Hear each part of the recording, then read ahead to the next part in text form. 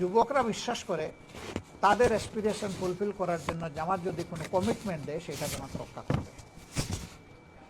এই বিশ্বাসের জায়গা থেকেই এ পর্যন্ত হয়ে যাওয়া গুরুত্বপূর্ণ পাবলিক বিশ্ববিদ্যালয়গুলোতে যে নির্বাচন হয়েছে এখানে তার রিফ্লেকশন হয়েছে, যুবশক্তির সেখানে রিফ্লেকশন দেখা যাচ্ছে।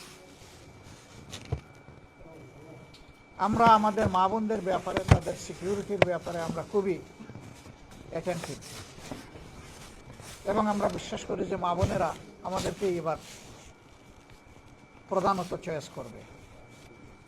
এর লক্ষণ আমরা ইতিমধ্যে দেখতে পাচ্ছি। আমাদের বোনদের মায়েদের নির্বাচনী প্রচারণায় বিভিন্ন জায়গায় বাধা দেওয়া হচ্ছে, এমনকি হেজাব খুলে নেওয়ার ঘটনাও ঘটেছে। ঘোষণা দেওয়া হয়েছে এদের কাউকে দেখলে তোমরা ঠেকিয়ে দেবা, কোথাও বলা হয়েছে তাদেরকে তাড়িয়ে দেবা। মা বোন তো সবারই আছে। এই শব্দগুলা কেন? রাজনৈতিক দলের কাজ হচ্ছে সকল শ্রেণী পেশার বয়সের মানুষকে, লিঙ্গের মানুষকে সম্মান দেখানো। শুধু রাজনৈতিক কারণে আমরা কাউকে অপমান করার অধিকার রাখি না। মায়েরা তাদের মতো করে ডিসিশন নেবে, যেমন ভাইয়েরা তাদের মতো করে ডিসিশন নেবে।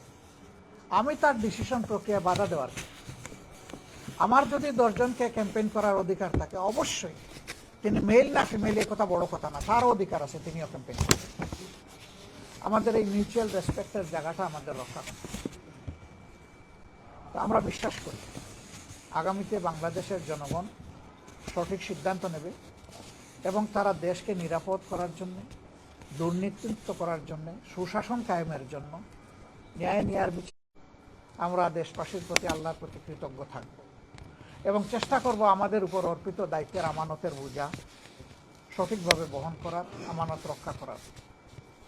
তবে যদি জনগণ অন্য কাউকে সহযোগিতা করে, সিমিলারলি অন্যরা যদি অপোজিশন গ্যালারিতে বসেন, বিরোধী দলে বসেন, তাদের কাছ থেকে একই জিনিস আমরা প্রত্যাশা করি, for the sake of the country.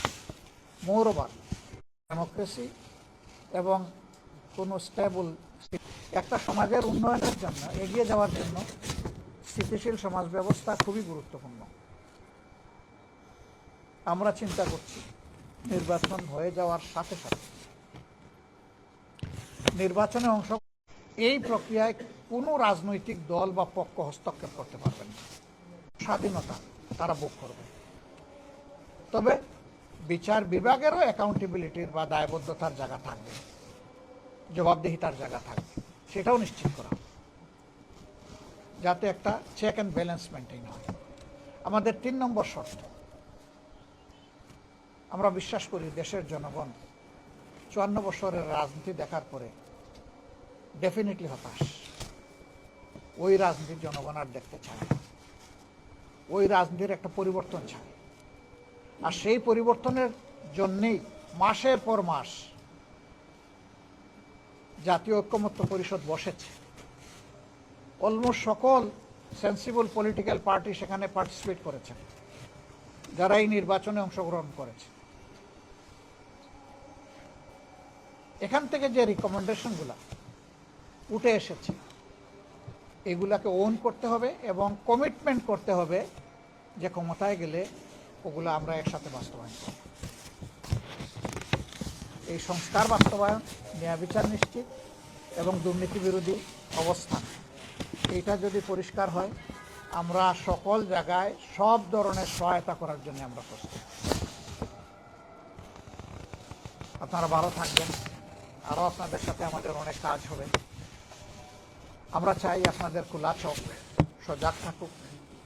কেউ যাতে আমাদের প্রত্যাশার এই নির্বাচন, এখানে উপস্থিত যারা আমি বিশ্বাস করি 80 বার আপনারা জীবনে একটা ভোট হতে পারেন, আপনি আপনার ভোট নিশ্চিত করবেন এবং আপনি সমাজের আপনার সহযোগী, সহযোদ্ধা তরুণদের ভোটগুলোও নিশ্চিত করবেন, তরুণীদের ভোটগুলোও নিশ্চিত করবেন।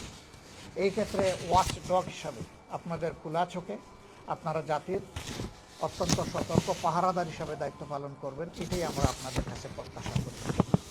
আল্লাহ আপনাদের সকলে ভালো করুন, আল্লাহ আমাদের দেশের উপর রহম করুন এবং আগামী নির্বাচনটা সুন্দর হওয়ার জন্যে দেশবাসীকে সর্বাত্মক সহযোগিতা করার আহ্বান আমরা জানাচ্ছি।